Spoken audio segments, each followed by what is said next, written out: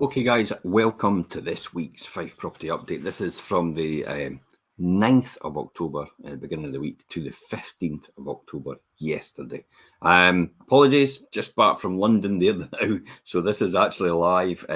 Thank you very much. First of all, thank you very much to our customers that voted for us. We picked up 5 awards at the ESTAs. Here we go. Glenrothes, Fife Properties, actually Lettings Division, got the silver for the whole of Scotland. So that's second place for Scotland at the ESTAs. This is the estate agency Oscars in the whole of the UK. So it's the only awards that your customers actually vote for you. So thanks for our customers for voting for us. Again, for the third year in a row, we are the #1 estate agent in Scotland voted for by our customers. We have also #1 best in county for sales.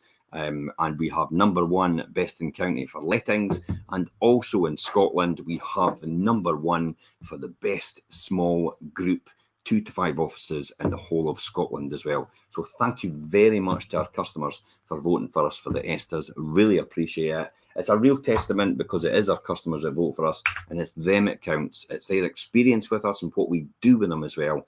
It sets us head and shoulders above everybody else in terms of customer experience and customer endeavour.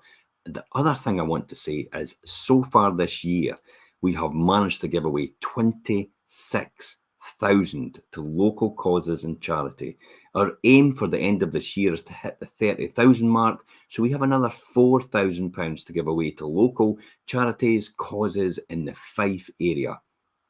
If you know a cause it needs support, it could need financial support, or a charity it could need financial support, which is not really mainstream, probably doesn't get that much attention as to the bigger charities, then by all means send us an email to info@fifeproperties.co.uk, and possibly we might be able to help in some sort of way. As I said, we've given away 26,000 so far to local causes and charity. We want to hit 30,000 by the end of the year, so we've still got another 4,000 to give away. I will be visiting some organisations over the next 2 or 3 weeks as well, but there's still more to come.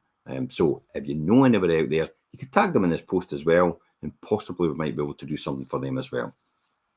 Okay, let's talk about what came to the market this week, and what actually sold, and what actually keys handed over sold as well. But more importantly, as I said, let's talk about what's come to market and what's been actually sold in the area right across Fife.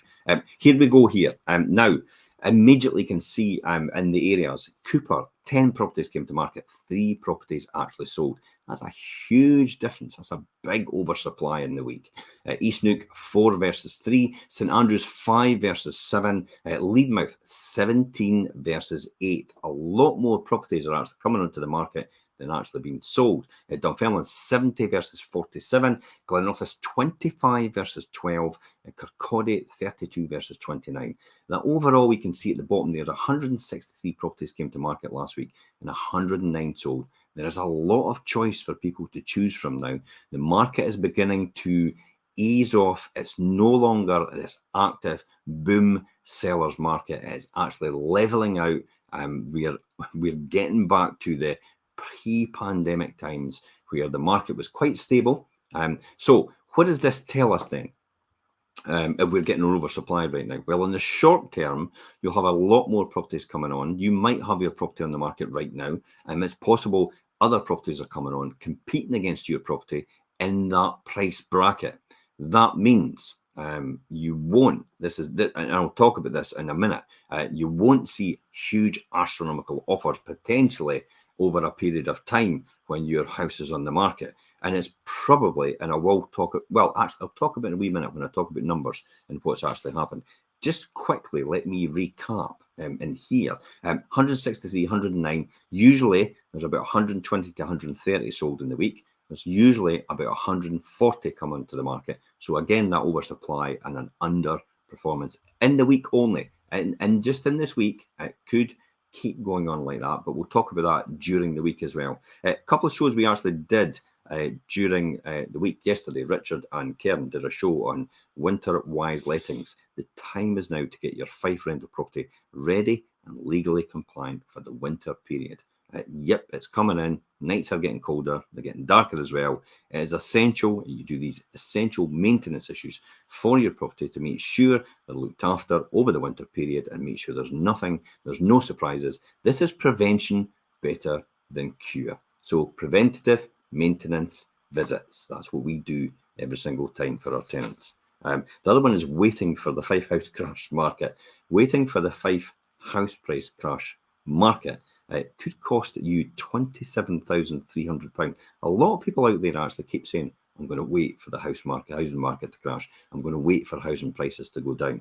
But we actually talk about it in this article, in this show as well, why you shouldn't be waiting and why potentially waiting for prices to come down, if they do. Remember, this is all gambling, because if you wait and prices start to go up, everybody said the pandemic, the prices were going to crash. And some people were waiting off for that to happen. And then, boom, they went right up as a result. And therefore, these people lost out. And this is what we're talking about right now. The opportunity that you shouldn't, if you're ready to go and you're ready to buy a house, you should be doing it now. And you shouldn't be taking a risk and waiting, because over the longer period of, well, I'll let the show, I'll let the podcast, and I'll let the article do the work for me, because all the information's there for you to find out exactly why you should not be waiting for any house price correction or even a house price crash. And we talk about if that should happen or not. It will level off, and it is leveling off now. Okay, let's talk about the properties have actually come to market, and the properties have actually sold as well. In the week, we sold a couple of properties. Here's the first one in Methil. This was 191 High Street in Methil. This was sold in 2 weeks, a 6-bedroom detached house. The new owner was thrilled with the new property, and this was listed at offers for £275,000. So these type of big houses are actually still selling quite well. We can pop on to the next one. And the next one here is Round Cottage in Kettle Hill. That is under offer. That was a 4-bedroom detached house, and this was listed at offers over £420,000. So that's a way as well. So higher value properties are actually still selling at the right price point. That's what I must impress here. Higher value properties are still selling at the right price point, and I'll talk about that in a minute. What's going to be coming to market soon? Okay, so watch out for these ones. North Street in Kettle Bridge, a 3-bedroom detached house. Riverside Way in Leven, a 3-bedroom semi-detached house. Eagle Road in Buckhaven, a 2-bedroom apartment. Blackside House in Leven, a 6-bedroom detached house. Kelsey House in Uchtermurty, 2-bedroom apartment. Dunedin Park in Balmollo, a 2-bedroom semi-detached bungalow. Now, completed. These are the ones keys handed over. We can tell you about price points, and I can tell you about what you should be expecting for offers over values. So, Struan Meadow and Struan and Meadow Road in Carnarvon. This is a 3-bedroom terraced house, and it's sold for 10% over the home report value, which represented £29,000 extra. So that was the typical type of property in the Carnarvon area. Now, Carnarvon, quite rare, quite unique at these properties actually come up. It was a great price point for a 3-bedroom terraced house, very traditional as well, and a good price point at £229,000. Innerbridge Street in Carbridge, that was a 2-bedroom apartment. It sold in 2 weeks. Now, I want to say it sold in 2 weeks under the home report value. So it was £5,000 under the home report value. It sold for £140,000. This is the first time we've actually reported the fact that they're going for a wee bit under the home report value now. Now, why do I say that? Because the home report value today is representative of the price it was paid more than the year before. So, for example, this sort of property a year ago possibly would have been listed for possibly round about the £120,000 mark. So £120,000, and someone a year ago would have possibly come in round about the £140,000 mark, representing almost a 15 to 20% increase over the home report value at that time.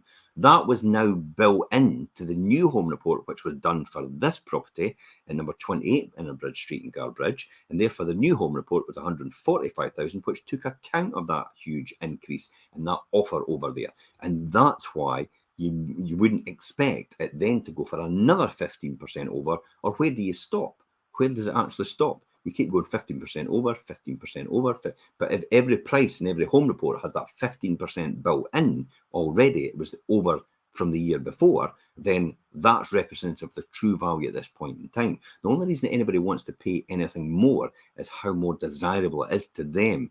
And it's not to do with any realignment. The realignment of how house prices has actually gone through now.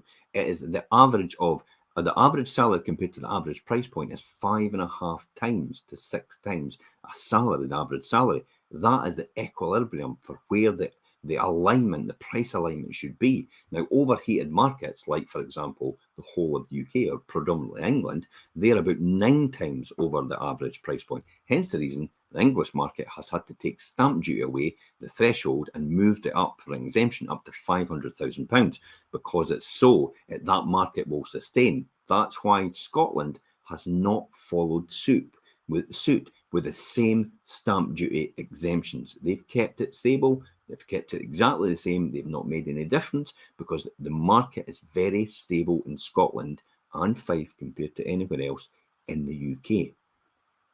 Acorn Court is sold. That was in Celandine. That was a 2-bedroom ground floor apartment sold in 1 week for 10% over the home report value. So it sold for 20,000 more at £220,000. Ground floor apartments or ground floor flats are very, very desirable. They have a bigger audience than our upper flat because they will also take into account people that are downsizing. Don't want to deal with stairs. So that's why ground floor apartments are very, very desirable and have a bigger audience. They're more likely to get a bit more than what an upper apartment in a similar area can get. Hopefully that's come across. One other person missed out on this actually in Acorn Court. So, if you've got a property in Acorn Court to sell and the 2-bedroom ground floor apartment, very desirable because they're ground floor. Invery Street in St Monans, 3-bedroom terraced bungalow. It sold again 10,000 under the home report value, so it's over 190,000. New owner is thrilled with their new house, but again below the home report value. This is the second time. And this time it's actually just below home report value because the price increases are all built in from the year before into the new home report values now. Pinkerton Road, number 63 in Crail, 3-bedroom semi-detached house sold for 11% over the home report value for £278,000. Now, just to explain to you why it sold for over 11% over, because the upper part of the property was right for development in the actual roof space. It was perfect. They're all designed like that, but this was all in one level. There was an opportunity to go upstairs, create 2 new bedrooms, big bedrooms, and a bathroom upstairs as well. And that's why it sold for 11% over the home report value, because it was extremely desirable to the next person actually buying it. Hopefully that's given you clear messages about what the market is like. Okay. Any questions, please feel free to ask while I'm going through this. If it's on a rerun, more than happy to take your questions later on if you want to ask it in the comments, or you can message us direct for these questions as well. Let's quickly cover, just to finish off here, the wealth creation show tomorrow. We're going to be talking about, obviously there's differences in the news just now. The Chancellor has now been replaced with Jeremy Hunt. So, and another U-turn has taken place on corporation tax. Where will it all go? How will this affect everybody? We're going to be talking about this on the Wealth Creation Show tomorrow, Richard and I. We're going to be talking about inflation versus interest rates, what the two of them are, what inflation is, what interest rates is, how they affect the economy. Is there a strong relationship between the both of them? For example, if inflation goes up, does that mean interest rates go up? Or if inflation comes down, does that mean interest rates come down? And vice versa. We'll be talking about that in detail and explaining to you exactly how these are either related or not related at all, and the state of the position that we are in right now in terms of that. I mean, the Bank of England has increased interest rates again for the 7th consecutive quarter since 2021 in December to 2.25% in September. Now, in a bid to bring inflation back to 2%. Now, inflation, has anybody noticed in the news? Inflation was meant to be 10%. I actually looked at the screen and saw 9.9. That wasn't 10. But the news wants to play this up. They want to make it higher than it is. They want to make it more difficult than it is. They want to get people to watch the news. So just be wise of that and just make sure you take that into account when the information is given across to you, exactly like this. check the facts, make sure it's factual, make sure the information's correct, and then make a decision what you want to do next based on that information that you've just been given. That's the most important thing I could ever tell you. So why is it so important to control inflation? We're going to be talking about that tomorrow. And also interest rates. And is interest rates the only way you can do this?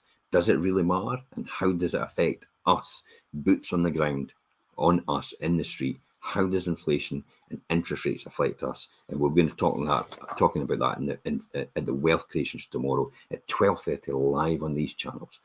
That's it, guys. Hopefully that's given you an insight into the Fife property market this week and where we are right now and the levelling off that's taking place in the market.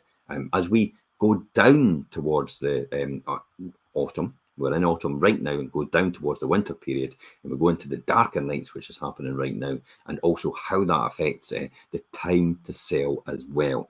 People can no longer view at night because it's a lot darker. Therefore, they usually view from weekend to weekend. So the viewing sessions usually they're not as quick as often now as we go into the darker nights as well. So hopefully that's given you a great insight into the market. And until next time, guys, I'm Jim Parker for Fife Properties TV.